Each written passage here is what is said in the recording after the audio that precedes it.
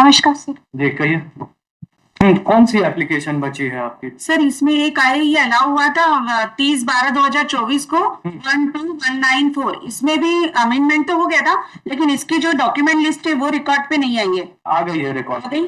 आ गई है record. Yes, thank you sir. Sir उसके बाद एक ये डॉक्यूमेंट नंबर 282, ये 8/1/2025 को जमा किए थे। डॉक्यूमेंट फाइल करते हैं तो सीधे रिकॉर्ड पे आ जाता है, उसको रिकॉर्ड में लेने की जरूरत नहीं है। ठीक है सर। सर फिर मैं अपना पक्ष रख सकती हूँ? बताइए ना। अरे पहले ही रख देते, पूरी फाइल क्यों ढूंढवा दी?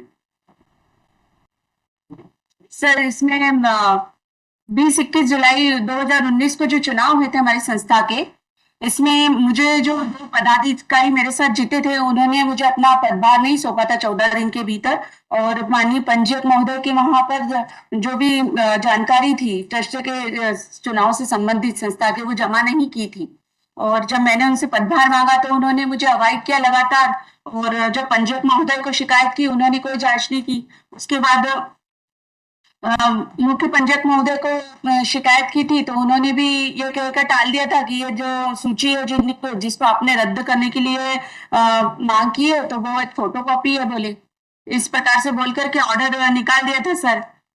उसी ऑर्डर को अपस्त करने के लिए आपके समक्ष याचिका लगाई है साहब, कि हमारी सूची रिकॉर्ड पे ली जाए और बैंक जो भी बैंक में संस्था में हम नए पदाधिकारी हैं, हमारे नाम रिकॉर्ड पे लिए जाए और वो अकाउंट हमारे नाम पे ट्रांसफर किया जाए।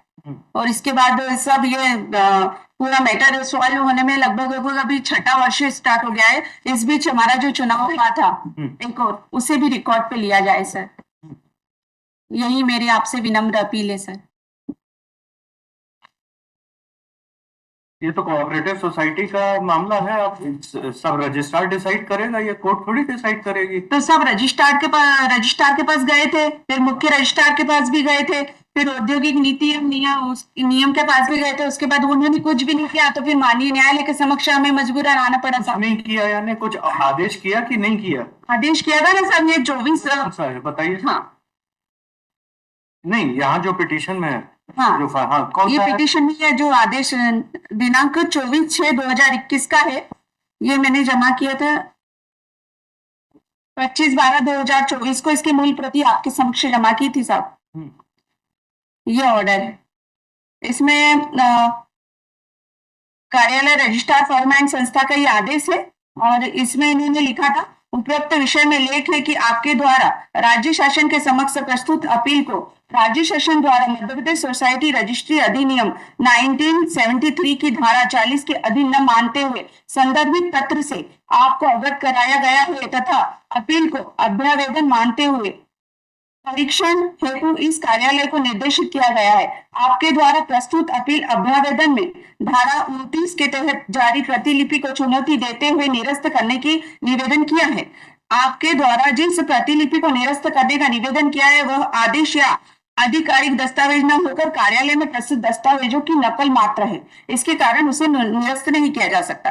सर जब भी कोई भी पदाधिकारी नए चुनते हैं, तो वो जो सूची जमा करते हैं वो ओरिजिनल दस्तावेज होता है, उस पर हस्ताक्षर जो किए जाते हैं वो ओरिजिनल होते हैं। इन्होंने फोटोकॉपी करके उसे टाल दिया और निराकरण नहीं किया साहब मेरा, और उस सूची को निरस्त नहीं किया।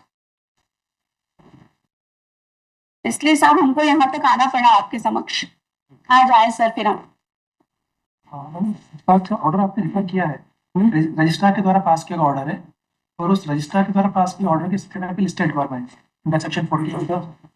कौन सा है ऑर्डर, क्या डेट क्या है? आपने पढ़ा 24/6/2021 का। हाँ, ये 24/6/2021। वो मिलेगा कैसे? उस फाइल में तो है भी नहीं, आप अभी दिखाया, मतलब इन्होंने लिखा है लेकिन सर ये डॉक्यूमेंट नंबर है इसका 17897 पे मिलेगा सर। ये 17897 ये 25/12/2024 को जमा किया था आपके समक्ष। Page number 383। ये एक निर्वाचन पत्र है जिसमें कि आपको पद पर निर्विरोध निर्वाचित दिनांक 4/7/2022 से आगामी 3 वर्षों के लिए निर्वाचित घोषित किया जाता है। ये जो पीरियड है ये तो सितंबर 2025 में पूरा भी हो गया है।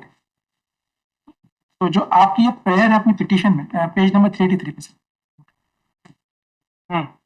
ये सेकंड लाइन पे लिखा है कि प्रांतीय राठौर क्षत्रिय सभा चुनाव अधिवेशन में प्रदेश अध्यक्ष पद पर निर्विरोध निर्वाचित दिनांक 4 सितंबर 2022 से आगामी 3 वर्षों के लिए निर्वाचित घोषित किए जाते हैं। अब 3 साल का पीरियड 3 सितंबर 2025 में पूरा हो गया। सर इसमें हमारे अब एक मिनट बोलने दीजिए ना। अब इन लोगों को वापस से अध्यक्ष पद का प्रभाव दिया ना, तो वैसे भी संभव नहीं नए इलेक्शन होंगे। और अब इनकी सहायता देखिए सर, जो आपने अपना एक अमेंडमेंट पिटीशन मेमो पेश किया है, पेज नंबर बताइए। इसका page number amendment petition memo, उसमें सहायता आपने मांगी है यह कि उक्त पूर्व पदाधिकारियों के अवैध सूची को निरस्त करते हुए आगामी निर्वाचन हेतु आयोग घोषित किया जाएगा। यह कि उक्त लोगों द्वारा संस्था के नियमावली के विरुद्ध जाकर संस्था के नए चुनाव कराने का प्रयास किया जाता है, उनको ऐसा करने से रोका जाएगा। यह कि उक्त लोगों द्वारा आहूत सी बैठकों को, जो कि संस्था की नियमावली के विरुद्ध की जा रही उन बैठकों को रोकने हेतु पंजीयन अधिकारी को भी आदेश दिया जाएगा। यह कि संस्था के पूर्व पदाधिकारी संस्था का 10 वर्ष पूर्व तक का लेखा जोखा कार्य करने का आदेश दिया जाएगा। ये सारी रिलीफ जो आपने मांगी है, ये परमचंद सोसाइटी एक्ट के अंतर्गत कार्रवाई करते हुए भी आपके द्वारा ली जा सकती है। और इस केस में फैक्ट है, तो इन सबको इस पिटीशन में डिसाइड नहीं किया जा सकता। सर इसके बाद जो मैंने अमेंडमेंट किया था उसमें सहायता में बिंदु बढ़ाए थे, उसमें लिखा है कि ये पेज नंबर 14 पे अमेंडमेंट वाले पे, इसमें ये सहायता मांगी थी। माननीय न्यायालय से विनम्र निवेदन है कि सहायक पंजीयक को हमारे दोनों वैध चुनाव 10/10/2019 जो कि जिसमें मैं मतलब अध्यक्ष बनी थी, उसके 3 वर्ष बाद 4/9/2022 को जो चुनाव हुए थे जिनकी बात सर ने अभी बताई, तो वो चुनाव को भी ये संस्था के रिकॉर्ड पर लेने के लिए आदेश देने की कृपा हो गई।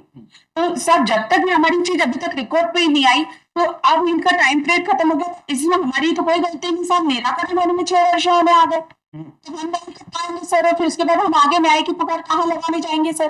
जब तक हमारी चीज रिकॉर्ड पे होगी हमको हमारा अधिकार ही नहीं मिलेगा। नेक्स्ट चुनाव कराने का अधिकार तो हम लोगों को ही है ना सर। तो जब हमारी सूची दोनों रिकॉर्ड पे आएगी, बैंक डिटेल ये बैंक अकाउंट वगैरह सब हमारे नाम पे आएंगे, उसके बाद हम साधारण सभा बुला करके आयोजित करके फिर से नए नवीन चुनाव आयोजित करेंगे। संस्था के अधिकार तो हमारे ही है सर। जिन्होंने हमारे साथ गलत किया था वो तो वैसे भी सर, उन्होंने पहली फ्रॉड किया है और मेरे नाम से इन्होंने आहरण भी किया था सर, जबकि मैं कोषाध्यक्ष बनी थी उस टाइम पीरियड पे इन्होंने अवैध आहरण किया है। वो कागज भी मैंने सारे दस्तावेज लगाए हैं साहब, तो उसका भी उनको कोई अधिकार नहीं था। और अवैध रूप से ये अभी तक संस्था से जो लाखों रुपए की राशि ले चुके हैं साहब, उसका भी कोई हिसाब किताब नहीं है। और ना ही इन्होंने 34 वर्षों में कोई ऑडिट पेश किया था। 34 वर्षों में प्रथम बार मैंने अध्यक्ष बनने के बाद यहाँ संस्था का ऑडिट प्रस्तुत किया है माननीय पंजीयक महोदय के समक्ष। और पंजीयक महोदय की भी यहाँ ये गलती है साहब कि 34 वर्ष जब संस्था बनी है और संस्था जब ऑडिट नहीं कर रही है, जो सरकारी पैसे का टैक्स का जो चोरी कर रही है, उस पर कोई ध्यान नहीं दिया। पंजीयक महोदय ने भी मुख्य पंजीयक को शिकायत की, उन्होंने भी ध्यान नहीं दिया। तो सर इस प्रकार से तो एक प्रकार से गबन हुआ ना सर, सरकारी राशि को गबन हुआ सर ये, और हमारी संस्था और समाज को भी धोखा देने हुआ सर ये। और दूसरा मैंने सहायता के बारे में नीचे लिखा है 17/1/2025 के अमेंडमेंट में कि प्रत्यार्थी क्रमांक 1 के आदेश पर प्रत्यार्थी क्रमांक 2 द्वारा दिनांक 24/6/2021 को पारित आदेश को निरस्त करने की कृपा होगी।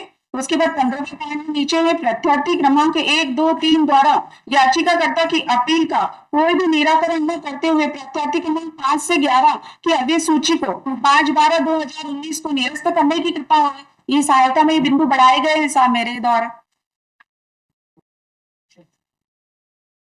जी तो साहब मेरा विनम्र निवेदन है आपसे कि सर हमको न्याय दीजिए साहब। हम न्याय मांगने आए हैं यहाँ पर। लगातार 6 वर्षों से मैं और मेरा समाज परेशान हो रहा है, और इस प्रकार से अगर न्याय नहीं मिलता है जैसा, फिर जो भी ये लोग गलत कर रहे हैं उनके हौसले बुलंद होंगे और आगे इसी प्रकार से हमेशा करते रहेंगे वो समाज के साथ। ठीक है, देख के करेंगे आदेश। धन्यवाद सर।